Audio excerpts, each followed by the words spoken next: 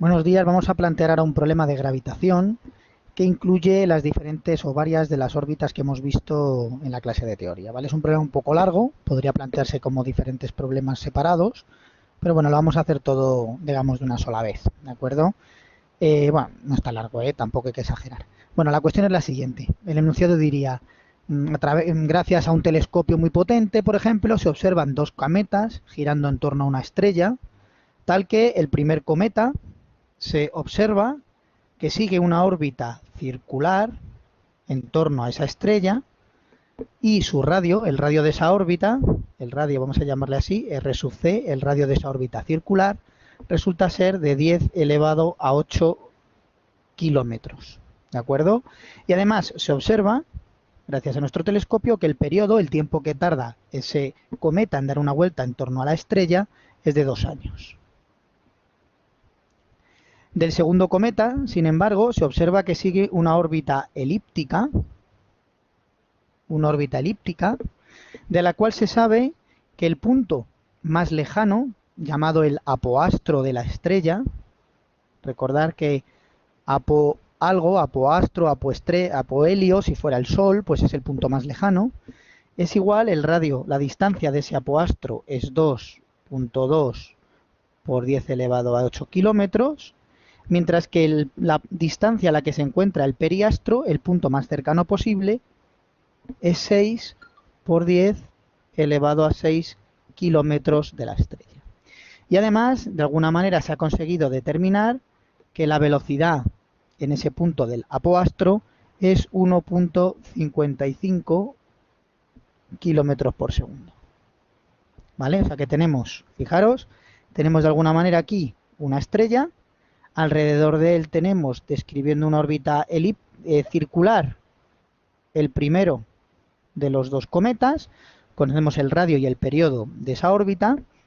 Y luego tenemos un segundo que describe una órbita elíptica que, bueno, pues no muy bien a escala, ¿no? Desde luego, pero de alguna manera sería algo de este estilo. Este sería el número 2, de tal manera que este, que es el punto más cercano, sería la distancia a la que se encuentra el periastro, y este, que es el punto más lejano, esta de aquí sería la distancia del apoastro. Y de esos conocemos esas distancias y conocemos también la velocidad que tiene en el apoastro. ¿Vale? Esos son los datos del problema. Entonces, en el apartado A nos pregunta calcular cuánto vale la velocidad del cometa número 1. En el apartado B nos pregunta calcular la velocidad en el periastro del cometa 2. En el apartado C nos pregunta calcular la masa de la estrella. Y en el apartado D, bueno, estoy ahora pensando, vamos a poner mejor que este es el B, porque es el orden en el que va a ser más fácil. Este sería el C. Casi siempre ordenamos las preguntas, ¿no?, en los problemas para que sea un poco más fácil en pasos, ¿de acuerdo? Entonces, vamos a poner que ese es el B, ese es el C. Y el apartado número D, lo que nos dice es, lo que nos pregunta sería, ¿cuál de los dos cometas es más fácil que escape de la estrella, que escape de la atracción de la estrella? ¿Sí? Suponiendo, habría que añadir quizás, suponiendo que recibir una energía extra, ¿de acuerdo? Lo discutimos un poco más luego cuando lleguemos al apartado D, ¿vale? Bueno, pues ese sería un poco el problema. Os animo a intentarlo. En el apartado A, B y C tenéis que utilizar las típicas cosas que hemos visto de órbitas circulares y órbitas elípticas en la teoría. Y en el apartado D tenéis que recordar cuál era la condición necesaria para que un objeto escape de la atracción de la Tierra. Recordando cuál era esa condición, pues mirar a ver cuál de los dos cometas es más fácil que la cumpla o está más cerca de cumplirla. ¿De acuerdo? Vamos ahora a resolver el problema, ¿sí? Primero, en el apartado A, fijaros, nos pedía determinar la velocidad del cometa 1. ¿Sí? Bueno, el cometa 1, recordar que tiene una órbita, según hemos dicho, circular. Según vimos en teoría, cuando un cometa se mueve en órbita circular, o un objeto gravita describiendo una órbita circular en torno a otro, tiene un movimiento circular uniforme, puesto que en ese movimiento, fijaros, de la órbita circular, la fuerza de la gravedad en todo momento es una fuerza centrípeta, va siempre dirigida hacia el centro. Y como es una fuerza centrípeta, tenemos un movimiento circular uniforme donde el objeto se mueve con velocidad constante, de ahí la palabra uniforme. Luego, como el movimiento circular uniforme, puedo aplicar las fórmulas que conozco del movimiento circular uniforme. Fijaros que el radio de esa órbita circular y el periodo del movimiento me lo han dado. Son los dos datos que tengo del problema. Luego entonces voy a poder obtenerlo fácilmente. Sabemos que el periodo tiene esta relación 2pi entre omega, en el movimiento circular uniforme, siendo omega la velocidad angular de giro. Y sabiendo también que la velocidad lineal y la velocidad angular viene dado por esa fórmula, pues esto es 2pi por el radio de la órbita circular entre la velocidad de esa órbita circular. Si queréis le llamo v sub c. De aquí podríamos despejar la velocidad de la órbita circular como 2pi rc dividido del periodo. Si ahora sustituimos los valores donde, ojo, el radio venía en kilómetros, ¿de acuerdo? Así que, ojo, lo tenéis que sustituir en metros. Sería 10 elevado a 11 metros, porque eran 10 a la 8 kilómetros. Y el periodo son 2 años, hay que ponerlo en segundos. 2, cada año tiene 365 días, cada día 3.600 segundos por 24 horas. Eso sería el periodo en segundos, ¿de acuerdo? Suponemos 364 días, ¿de acuerdo? Bueno, pues entonces de ahí podéis dejar, sustituir y obtenéis que la velocidad de la órbita circular es 9,96 kilómetros por segundo.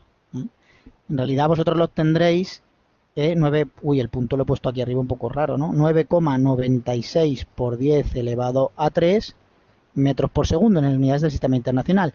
Lo he puesto en kilómetros por segundo porque casi todas las velocidades en gravitación se dan en kilómetros por segundo, que son números más habituales, como habéis visto también en el enunciado, ¿vale? Luego eso sería el apartado A, simplemente saber que un satélite en órbita circular describe una órbita que es que describe un movimiento circular uniforme. El apartado B nos preguntaba ahora calcular la masa de la estrella, en torno a la cual circulan los dos cometas. Así que en principio puedo intentar obtenerlo a partir de los datos del planeta en una órbita circular o a partir de los datos de la órbita elíptica. O quizás necesite combinar las dos cosas. Bueno, vamos a empezar viendo qué sé de la órbita circular, que es de la que tengo más valores. De hecho, he calculado la velocidad hace un momento, sé la velocidad, sé el radio, sé el periodo. Entonces, fijaros, lo que voy a utilizar es la idea que acabamos de describir hace un momento. Hemos dicho que en la órbita circular la fuerza gravitatoria es una fuerza centrípeta. Esto lo hemos discutido mucho en la teoría. No estoy diciendo que la gravedad y la centrípeta sean dos fuerzas diferentes que de alguna manera se compensan. La única fuerza que hay es la gravedad, pero como va dirigida siempre hacia el centro, es centrípeta. Ya os avisé además en la teoría que siempre que tengamos una órbita circular, esta expresión nos va a ser muy útil. Luego, yo lo primero que hago para intentar encontrar la masa de la estrella es aplicar esto y a ver qué pasa. Veremos a ver si necesito más cosas o no. Fuerza de la gravedad. Bueno, pues expresión de la gravitación de Newton. G, masa de la estrella, masa del cometa 1, dividido por la distancia, que es el radio de esa órbita circular, al cuadrado. Esa sería la fuerza de la gravedad entre los dos. Y como esa fuerza es centrípeta, el cometa 1 tiene una fuerza centrípeta que es su masa por la velocidad, por la aceleración centrípeta, si queréis, masa por aceleración, que como vimos en la teoría, la aceleración centrípeta siempre es velocidad al cuadrado entre el radio. Luego es m, la velocidad circular que acabamos de encontrar al cuadrado entre el radio.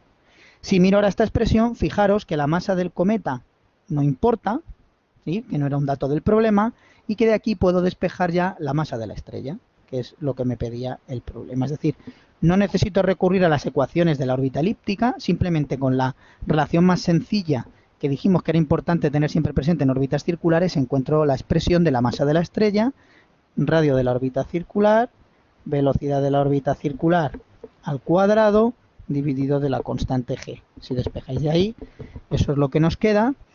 Y esto sale 1.49 por 10 elevado a 29 kilogramos. Luego esa sería la masa de la estrella. Los valores de este problema son valores más o menos realistas, ¿de acuerdo? Esa es la masa típica de una estrella, por ejemplo. Bien, ese sería el apartado A y el apartado B. Vamos ahora con el apartado C. El apartado C lo que pregunta ahora es, refiriéndose ahora al segundo cometa, cuánto vale la velocidad en el periastro, en el punto más lejano.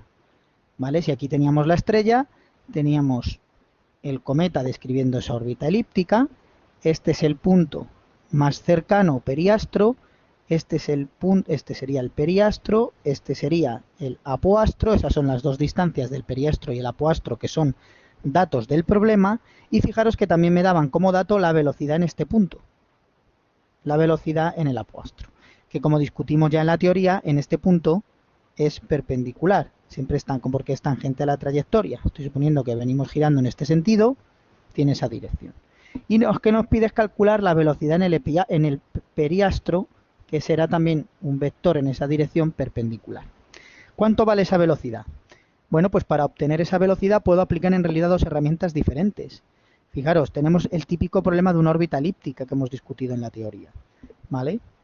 Entonces yo sé, por ejemplo, que la fuerza de la gravedad es una fuerza conservativa. Y por tanto, sé que la energía del sistema, la energía del cometa cuando da vueltas alrededor de la estrella es constante. Por ejemplo, puedo decir que en el apoastro y en el periastro la energía vale lo mismo. Podría ser en cualquier otros dos puntos de la trayectoria, pero en concreto puede ser en esos dos. Bien, pues entonces yo puedo decir energía en el apoastro, pues 1/2 de la masa del cometa 2 por la velocidad en el apoastro al cuadrado, más la energía potencial, que es menos g, masa de la estrella, masa del cometa 2, distancia del apoastro. Ojo, esto es la energía potencial, ¿eh? Todo esto es la energía potencial gravitatoria en el apoastro. No se os olvide que lleva un signo menos la energía potencial, ¿eh? Ojo. Toda esa energía, que sería la energía del apoastro, igual a la energía en el periastro.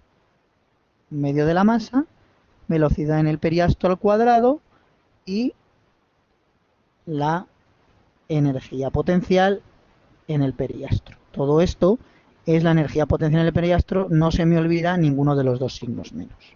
Fijaros que la masa 2 se cancela, no es necesario conocer para nada la masa del cometa, ¿de acuerdo? Y que en realidad todo lo que tenemos ahí son datos del problema, la única incógnita es precisamente la velocidad del periastro que me piden, ¿vale? Si despejáis la velocidad del periastro, ¿vale? Pues os va a salir algo como esto.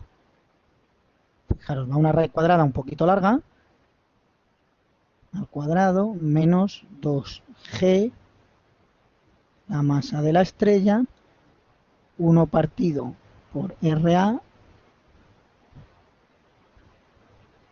menos 1 partido por RP, ¿vale? He pasado la U sub P, la he pasado al otro lado del igual, sumando, he sacado factor común y he despejado la velocidad, ¿vale? Si sustituís aquí, que son todo datos del problema, pues obtenéis que esta velocidad es 56.75 kilómetros por segundo, ¿vale? Sustituir todo en unidades del sistema internacional quedará metros partido por segundo, que queda un por 10 a la 3, y lo he puesto ya en kilómetros por segundo, ¿vale?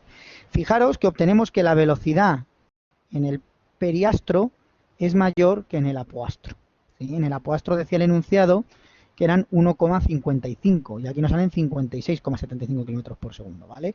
La velocidad del periastro es mayor y esto es correcto, porque como hemos discutido en la teoría, recordar que el periastro es el punto por el que la energía cinética, la velocidad es máxima. En ese punto es donde tiene que pasar a mayor velocidad, ¿de acuerdo? Luego el resultado es correcto. Otra manera de resolver el problema, muy similar, pero a la hora de hacer el cálculo y su cálculo era un poco más sencilla, hubiera sido utilizar la conservación del momento angular. Fijaros que la gravedad, aparte de ser conservativa, si yo pongo mi origen de coordenadas, como siempre, en la posición que ocupa esa estrella, como hemos discutido en la teoría, es una fuerza central. Y como es una fuerza central, el momento angular se conserva, tanto en módulo como en vector. En cuanto al vector, debido a la trayectoria que he elegido, el momento angular sale hacia afuera. Esto lo hemos discutido en la teoría de espacio, ¿sí? Pero lo que voy a utilizar aquí entonces es simplemente que en el periastro y en el apoastro el momento angular es el mismo en módulo, dirección también, ¿vale? ¿Cuánto vale el momento angular? Bueno, aquí es importante recordar que el momento angular es en realidad el producto vectorial de MRV. Luego en módulo es módulo del primero, módulo del segundo, seno del ángulo que forman estos dos vectores. Ojo que hay que tener cuidado con este seno. En principio ese seno está ahí. Ahora bien, ¿qué es lo que ocurre? Fijaros que en los dos puntos que vamos a elegir, apoastro y periastro, este sería el vector de posición del periastro. Pero el vector velocidad, como ya hemos pintado aquí, justo en ese punto es perpendicular. ¿Qué ocurre en el apoastro? Que también este sería el vector de posición del apoastro y este es el vector velocidad, que también son perpendiculares. Es decir, solo en el apoastro y el periastro, el seno de esos dos ángulos, de esos dos vectores, del ángulo que forman esos dos vectores es igual a 1. Luego entonces, en esos dos puntos, yo puedo poner simplemente, más sencillo, que la masa del cometa 2, radio del apoastro, velocidad del apoastro, es igual a masa del cometa 2, radio del periastro, velocidad del periastro. En los dos casos puedo poner que el seno vale 1. De aquí entonces podríamos haber despejado la velocidad del periastro simplemente como radio del apoastro, velocidad del apoastro, radio del periastro, y sustituyendo os habría salido la misma cantidad. ¿Vale? Luego el apartado C, que es obtener la velocidad en el periastro, es sencillo, simplemente aplicando la conservación de la energía o la conservación del momento angular. Fijaros, por resaltar, que en cualquier otro punto ese ángulo que hemos dicho aquí no es 90 grados. Mira, por ejemplo, en este punto este es el vector de posición y este es el vector velocidad, tangente. Este no es 90 grados. En este tampoco este ángulo es 90 grados. En este punto tampoco es 90 grados, ¿de acuerdo? Este ángulo solo vale 90 grados en el periastro y el apoastro y por eso en ellos es donde es más fácil aplicar la conservación del momento angular sin tener que preocuparme de cuánto vale el seno. El seno vale 1, simplemente no tengo que ponerlo como un incómodo. Vale, eso sería el apartado A y el B más referentes a la órbita elíptica y este más, circular y este más referente a la órbita elíptica, ¿de acuerdo? Y ahora vamos a ver el último apartado, el apartado D, que lo que me dice es cuál de los dos cometas, el 1 o el 2, es más fácil que consiguiera escapar de la atracción de la estrella. Claro, digamos que si no hay ningún agente externo, como la energía, la única fuerza que actúa es la gravedad y es conservativa, la energía también se conserva. Si la energía es constante, la órbita es todo el tiempo la misma. Es decir, si no hay ningún agente externo, el cometa 1 va a seguir siempre en su órbita circular y el cometa 2 va a seguir siempre en su órbita elíptica. Ahora bien, imaginemos que de algún modo alguno de los dos ganara energía. ¿Cuál de los dos sería más fácil que dejara de estar atrapado y consiguiera escapar? Bueno, pues si os acordáis, la condición para que un objeto consiga escapar de la gravedad del otro es que su energía alcance el valor cero. Cuando está atrapado en la órbita circular o en la órbita elíptica anteriores, la energía es negativa. La energía potencial, que es negativa, domina la energía cinética. La energía total es negativa y está atrapado. Esto lo hemos discutido en la clase de teoría. ¿Cuándo consigue escapar? Consigue escapar cuando su energía se hace cero, cuando justamente su energía cinética iguala a la energía potencial gravitatoria, que es negativa, la suma da cero, y entonces puede escapar. Entonces, ¿cuál de los dos cometas conseguirá escapar más fácilmente? Pues el que tenga una energía más cercana a cero. El que tenga una energía más cercana a cero, con menos aporte energético, podría conseguir escapar de la atracción de la estrella. Luego lo que necesito es calcular la energía que tienen cada uno de los dos cometas en su órbita y ver cuál es menos negativa, cuál tiene una energía mayor, más cercana a cero. Vamos a calcular la energía del cometa 1. La energía del cometa 1, os recuerdo que es una órbita circular. En el caso de la órbita circular, vimos en la teoría que yo puedo utilizar simplemente que su energía es un medio de la energía potencial. ¿Sí? La demostración de eso lo hicimos en la clase de teoría. Luego es un medio de menos g, masa de la estrella, masa del cometa 1, radio de la órbita circular. Esa sería la energía del cometa 1. ¿De acuerdo? Donde fijaros que M1 no es un dato del problema, así que en principio no podría hacer más. ¿Cuál es la energía del cometa 2? Bueno, el 2 tiene una órbita elíptica. No puedo utilizar la expresión de arriba más sencilla, tengo que realmente utilizar que será energía cinética más energía potencial. ¿Qué punto de la órbita? Me da igual cuál elegir. Cuando el cometa se mueve en una órbita elíptica, su energía todo el tiempo es la misma, porque la única fuerza es la gravedad, que es conservativa.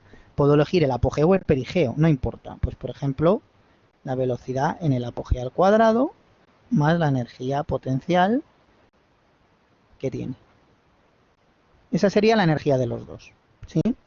Para saber cuál de las dos es más cercana a cero, fijaros que en realidad depende de la masa de los dos. Luego, en principio, no podría resolver el problema en este punto. Vamos a suponer, por ejemplo, que me dijera que los dos tienen la misma masa, o que se estima que la masa de los dos es aproximadamente la misma. ¿De acuerdo? Vamos a suponer que la masa de los dos es aproximadamente igual. ¿De acuerdo? Y vale una cantidad m. Bueno, si no me dan un número, o sea, en un problema normal, si me hubieran dado los datos, M1 y M2, todos serían valores que podría conocer. Podría obtener directamente cuánto vale sub 1 y sub 2 en julios. Si no me dan los valores, pero al menos me dicen esto, fijaros que vamos a poder resolver el problema, porque si yo quiero saber cuál es más grande, si es sub 2 o es sub 1, lo que puedo hacer simplemente es restar uno y otro. Dependiendo de si esta cantidad es positiva o negativa, tú sabes cuál de las dos cantidades es mayores. Fijaros, si restamos E sub 2 menos E sub 1, esto me queda un medio de la masa, ahora la misma de los dos, V al cuadrado, menos G, masa de la estrella, masa de los cometas, 1 partido por RA, menos 1 partido de 2R1. Sí, perdón, 2RC, ¿no? El radio de la órbita circular. ¿Vale? ¿Y esta cantidad qué es? ¿Positiva o negativa? Bueno, pues vamos a ver, fijaros. Esta cantidad evidentemente siempre es positiva, porque es un medio de la masa velocidad al cuadrado. ¿Qué ocurre con este otro término que hay aquí? Fijaros, si os fijáis en los valores, RA, el radio en el apogeo, en el apoastro, era 2.2 por 10 elevado a 8 kilómetros. Mientras que el radio de la órbita circular, era 10 elevado a 8 kilómetros. Es decir, vemos aquí que RA es mayor que RC. Y por tanto, 1 dividido de RA es menor. A ver, RA es mayor, perdón, que 2RC, porque fijaros que me interesa comparar con 2RC. RA es mayor que 2RC. Y esto se tiene así. Luego fijaros que toda esta cantidad de aquí, en realidad es negativa. Porque 1 partido por RA es menor que 1 partido por RC. Pero como tiene un menos delante, resulta que todo este término que hay aquí, también es positivo. Y como el primero también era positivo, tenemos entonces que esta cantidad es positiva, porque se están sumando dos cantidades positivas. Concluimos entonces que el satélite en órbita elíptica tiene más energía que el satélite en órbita circular. Los dos tendrán una energía negativa, pero el de la órbita elíptica es menos negativo. Es menos negativo, está más cerca de cero y por tanto está más cerca de escapar. Si tuviera que aportar energía a uno de los dos para conseguir que ese cometa escapara, necesita menos energía para escapar el cometa número 2, el cometa en órbita elíptica. ¿De acuerdo? Bueno, pues este sería un problema que tiene que ver con escape. Recordar, siempre escapar significa energía igual a cero. El cometa, el objeto que esté más cerca de energía igual a cero es el que más fácilmente escapa. Recordar también que esta situación correspondía a una órbita parabólica. ¿De acuerdo? Os podrían haber preguntado, en vez de ¿cuál de los dos es más fácil que escape? ¿O cuál requiere menos energía para escapar? Os podrían haber preguntado ¿cuál de los dos es más fácil que pase a una órbita parabólica? Habría que imponer lo mismo, que su energía fuera igual a cero. Bueno, pues con esto hemos resuelto este problema, que es muy completo y que trata los diferentes tipos de órbitas que hemos visto en la teoría. Hasta pronto.